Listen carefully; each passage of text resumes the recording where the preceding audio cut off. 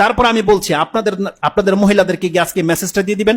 মুসলিমে রয়েছে, রাসূল সাল্লাল্লাহু বলেছেন প্রত্যেকটা প্লেট, প্রত্যেকটা গ্লাস, প্রত্যেকটা পাত্র যা আপনি ব্যবহার করেন, হাত্তা চামচ যেটা যা কিছু আছে যেটা আপনি ব্যবহার করেন, লবণের বাটি পর্যন্ত, সেটাকে উপর করে রাখবেন। খালিটা হলে উপর করে রাখবেন, আর না হয় যদি কিছু থেকে থাকে সেটাকে ঢেকে রাখতে হবে। রাসূল বলছেন একটা কাঠির টুকরোও যদি হয় আপনাকে ওটা উপরে দিয়ে রাখতে হবে। কেন?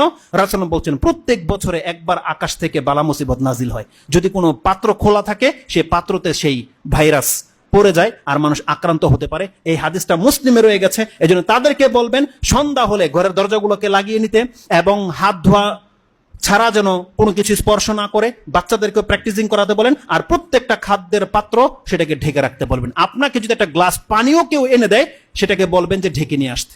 এটা রাসূল সাল্লামের সুন্নাহ এবং বলেছে এ থেকে আপনি ইফেক্টেড থেকে বেঁচে যেতে পারবেন। রাসূল সাল্লাম বলছেন তুমি যখন ওযু করবে তুমি বেশি করে পানি টেনে খুব জোরে নাক ঝাড়ো।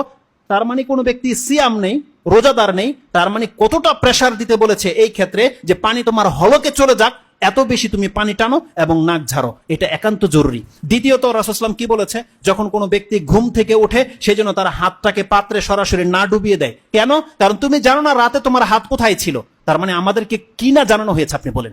এইভাবে বহু কিছু দিক নির্দেশনা রয়েছে। যেহেতু সময় চলে গেছে, কিন্তু আমার খুব একান্ত ইচ্ছা ছিল যে কিছু গুরুত্বপূর্ণ কথা থেকেই গেল, এটা হয়তো যদি কোনো ব্যক্তি প্রশ্নের মাধ্যমে জানতে চায় সেটা বলে দেব, অথবা আজকের বিষয়টা ইনশাআল্লাহ বাসায় যদি আমি পারি রেকর্ড করে আমি নেটে দিয়ে দিব, যাদের প্রয়োজন দেখে নিতে পারবেন। আল্লাহ যেন আমাদেরকে বোঝার এবং সে অনুযায়ী আমল করার তৌফিক দান করে, এবং এই সমস্ত বিভ্রান্তিকর বিষয় থেকে আল্লাহ যেন আমাদেরকে বাঁচার তৌফিক দান করে, আমাদেরকে যেন আল্লাহ সুবহানাহু ওয়া তাআলা দ্রুত তওবা করে তার মুখী হওয়ার তৌফিক দান করে, এবং যেই কোনো মুসিবত আমাদের জীবনে আসুক না কেন আল্লাহ যেন আমাদের জন্য তাতে কল্যাণী রাখে, আমাদেরকে যেন আল্লাহ কাফেরদের মতো বিচার না করে, আমাদেরকে যেন আল্লাহ সুবহানাহু ওয়া তাআলা পাপ মুক্ত করে এবং আমাদেরকে যেন পরকালমুখী করতে হওয়ার তৌফিক দান করে।